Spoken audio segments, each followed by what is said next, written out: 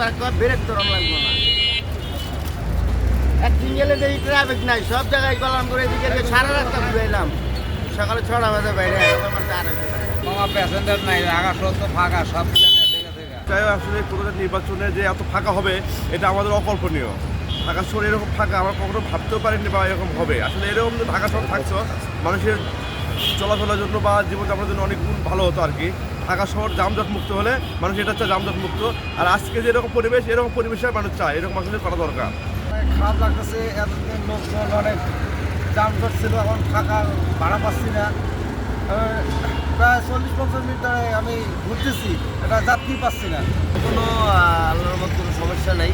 আর যার যার মতন বাড়িতে চলে গেছে, আর যার ভালো লাগছে যার ঢাকার মতো তারা ঢাকায় দিব।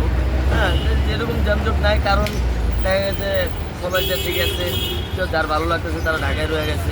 এরকম মানে যেমন একটা পরিস্থিতি কারাইছে যে কোনো জঞ্জটের কোনো কারণ নাই। এখন ফাঁকা হিসেবে ভালো মামা, ফাঁকার জন্য অনেকটা মানুষের চলাফেরার জন্য ভালো, কিন্তু ইনকাম কম হোক মানুষের চলাফেরার জন্য ভালো আছে।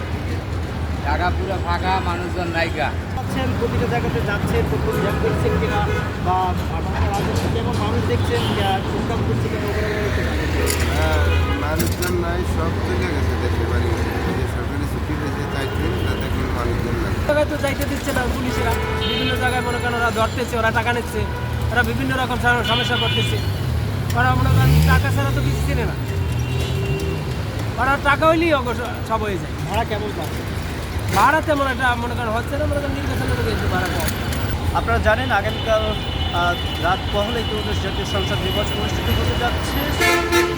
আমরা সবসময় দেখে থাকি ঈদের সময় পুরো রাজধানী কিন্তু ফাঁকা হয়ে থাকে। তাই ধারাবাহিকতায় এই ত্রয়োদশ জাতীয় নির্বাচন যেন ঈদের সমানই পুরো ঢাকা যেন ফাঁকা হয়ে গেছে। কোথাও অনেকটা জায়গায় কোনো জ্যাম নেই, একদম জ্যাম মুক্তভাবে এখানে যারা রয়েছে তারা স্বস্তিতে চলছে, তেমনটাই আশা ব্যক্ত করেছে। আমরা শাহবাগে এখানে বেশ কয়েকজনের সাথে কথা বলেছি, তারা বলেছে যে ঈদের মধ্যেই যেন ঢাকা রাজধানী যেরকম সবাই গ্রামে চলে যায়, ঠিক তেমনটাই মনে হচ্ছে। পুরো রাজধানীর জায়গায় ফাঁকা।